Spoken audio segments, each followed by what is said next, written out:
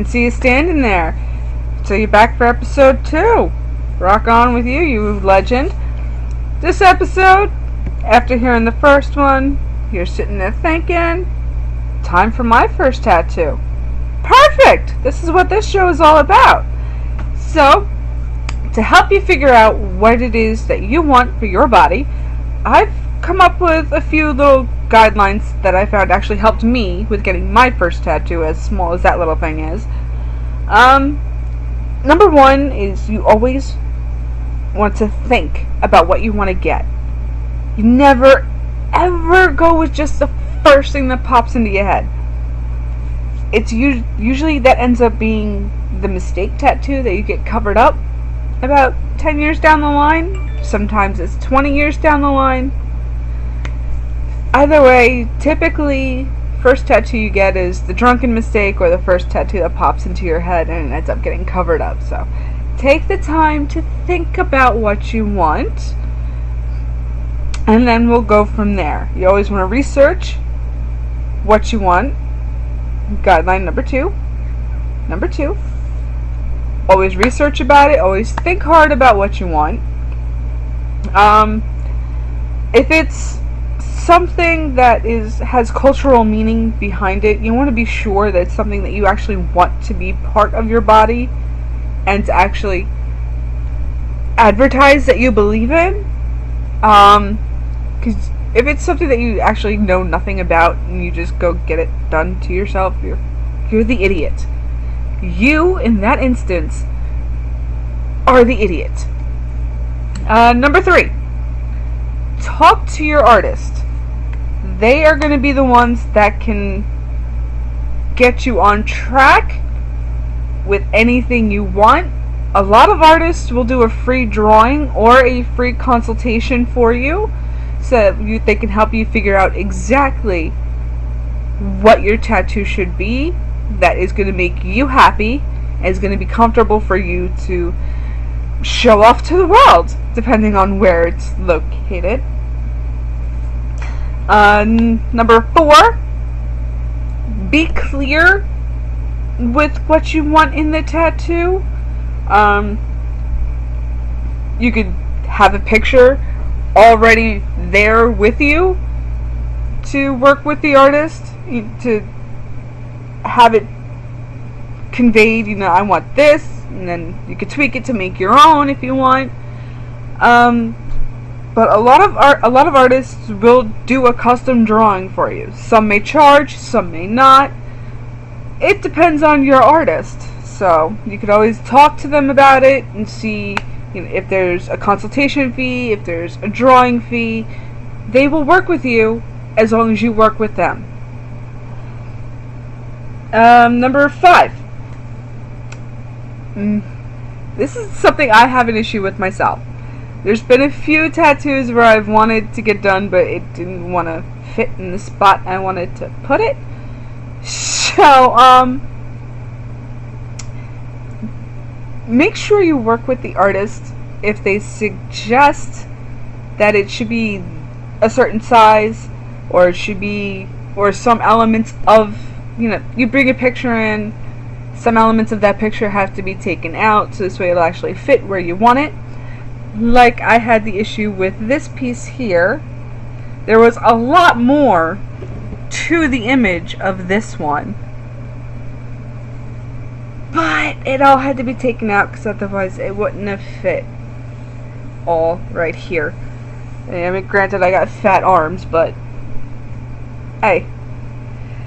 See, and this is somebody who has a lot of tattoos. I make the mistake myself, so. And lastly, number 6, again, if you have the picture of what you want, great! That makes things a lot easier. However, if that picture is of your dog, and your dog happens to be a very dark color, in a very dark room, you're going to have problems getting a good outline. So you may want to pick a different picture for that dark colored dog. Or it's your favorite lighthouse and the only picture you can find is that big. that's not going to work for your artist. So be sure that if you bring in a picture, have it on your phone already, so this way they can make it bigger and then print it there, or have a clear picture of what it is that you want tattooed. Be sure it's clear, because otherwise your artist is going to sit there and tell you, let's search again, or no, I cannot do that. Okay? It's really very simple, folks. These guidelines to follow are really common sense. So I don't see why they get overlooked. I mean, the size thing, that's one issue, because I have that issue myself at times with certain tattoos that I would love to get, but with other things that I want to do still to my body, I'm not going to have the room for them, so maybe I'll commission my artist to make a painting for them. We'll see.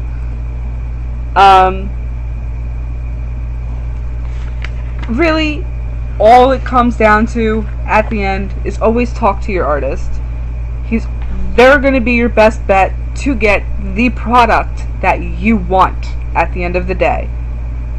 It's really not that difficult, because tattoo artists are open people. They love to hear your ideas. Some not so great. Really, some not so great ideas for tattoos. As you'll find out through the series of this show, because last week I kind of forgot 2 little segments.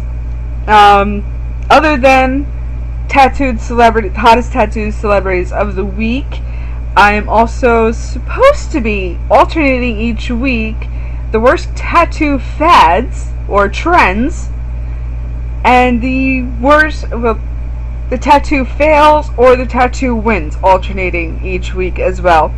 And I forgot about them, so we're gonna rectify that with this video. It's gonna be the worst fad, which actually that one I only chose one for because there's not too many tattoo trends out there that you can get a real clear, concise picture of without it being a flash drawing. And I would prefer it be a tattoo that's actually done to somebody, so this way you can all laugh at that idiot. Or if it's a really good tattoo, a really good trend to follow. Printed lips tonight, folks. I tell you, it's a devastating evening for this.